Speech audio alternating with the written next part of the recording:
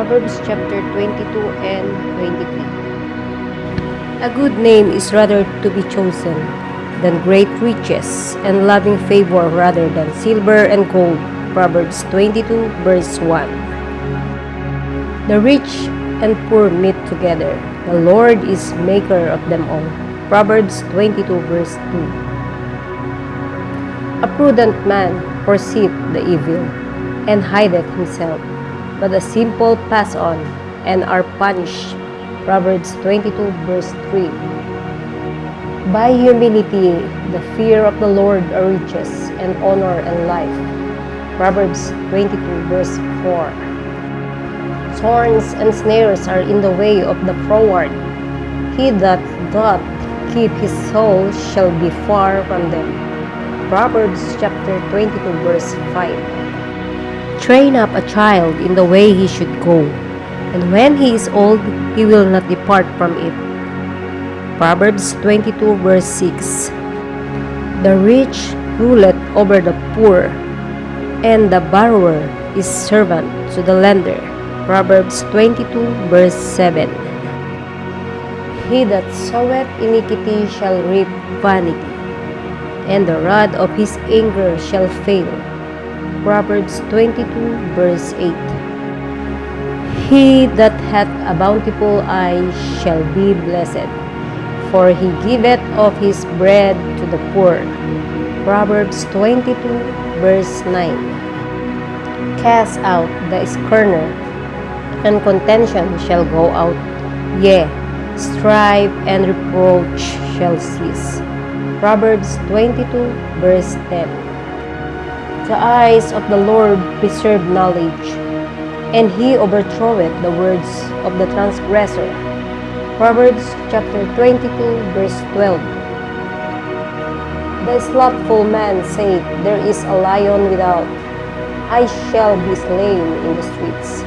Proverbs chapter 22 verse 13. The mouth of strange woman is deep pit. He that is abhorred of the Lord shall fall therein. Proverbs chapter 22 verse 14. Foolishness is bound in the heart of a child, but the rod of correction shall drive it far from him.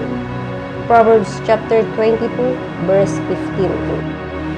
He that oppresseth the poor to increase his riches, and he that giveth to the rich shall surely come to want. Proverbs chapter 22 verse 16.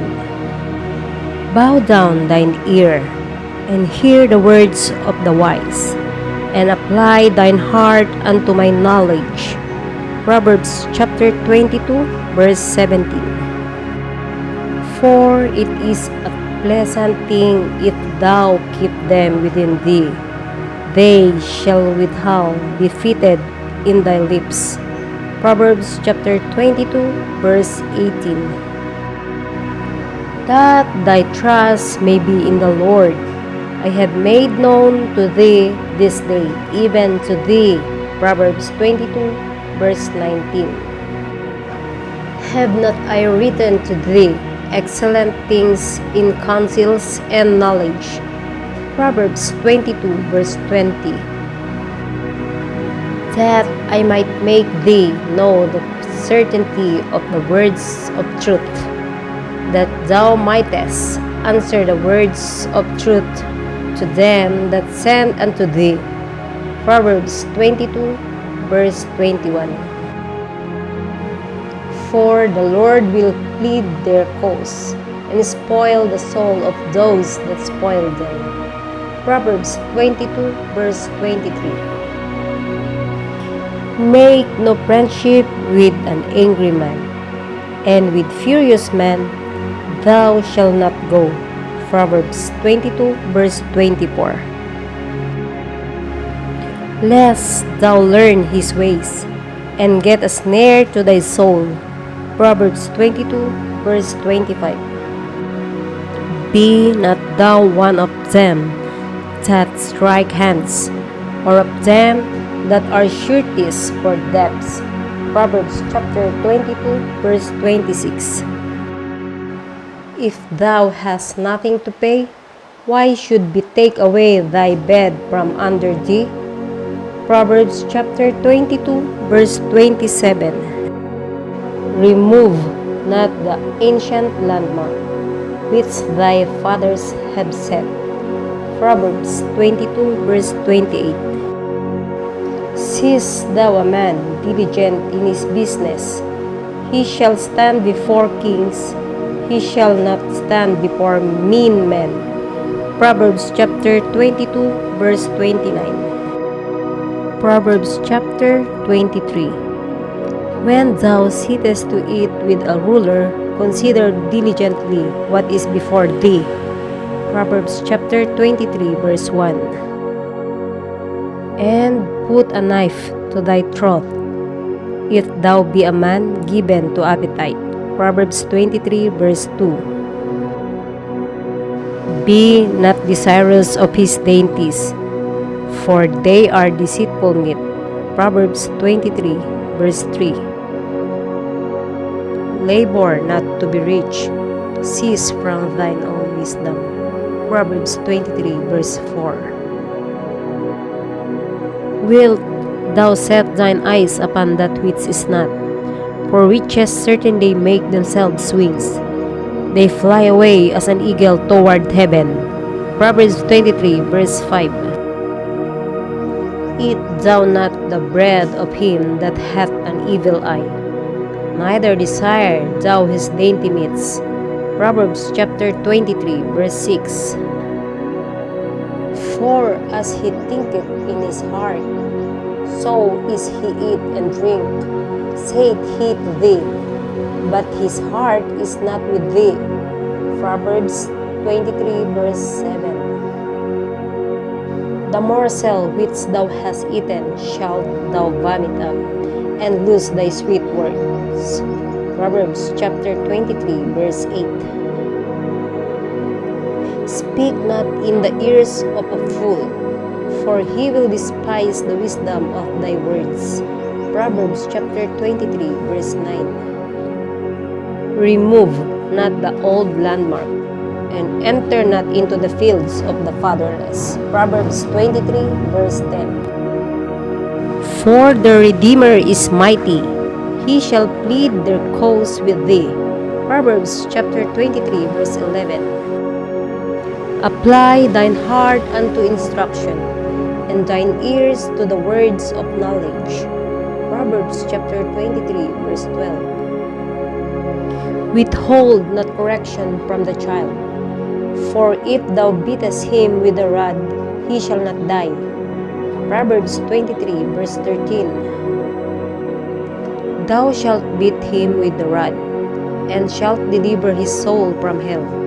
Proverbs 23, verse 14. My son, if thine heart be wise, my heart shall be rejoiced, even mine. Proverbs chapter 23, verse 15. Yea, my reins shall rejoice, when thy lips speak right things. Proverbs 23, verse 16. Let not thine heart envy sinners, but be thou in thy fear of the Lord all the day long. Proverbs 23, verse 17. For surely there is an end, and thine expectation shall not be cut off. Proverbs 23, verse 18. Hear thou, my son, and be wise, and guide thine heart in the way. Proverbs 23, verse 19. Be not among wine bibbers, among riotous eaters of flesh. Proverbs 23, verse 20. For the drunkard and the glutton shall come to poverty, and drowsiness shall clothe a man with rags. Proverbs 23, verse 21. Hearken unto thy father that begat thee, and despise not thy mother when she is old. Proverbs 23, verse 22. Buy the truth, and sell it not, also wisdom, and instruction, and understanding. Proverbs 23, verse 23. The father of the righteous shall greatly rejoice, and he that begetteth a wise child shall have joy of him. Proverbs 23 verse 24. Thy father and thy mother shall be glad, and she that bare thee shall rejoice. Proverbs 23 verse 25. My son, give me thine heart, and let thine eyes observe my ways. Proverbs 23 verse 26. For a whore is a deep ditch, and a strange woman is a narrow pit. Proverbs 23 verse 27. She also lieth and wait as for a prey, and increaseth the transgressors among men. Proverbs 23 verse 28. Who hath woe? Who hath sorrow? Who hath contentions? Who hath babbling? Who hath wounds without cause? Who hath redness of eyes? Proverbs 23 verse 29. They that tarry long at the wine, they that go to seek mixed wine. Proverbs 23 verse 30. Look not thou upon the wine when it is red, when it giveth his color in the cup, when it moveth itself aright. Proverbs 23 verse 31. At the last it biteth like a serpent, and stingeth like an adder. Proverbs 23 verse 32. Thine eyes shall behold strange woman, and thine heart shall utter perverse things.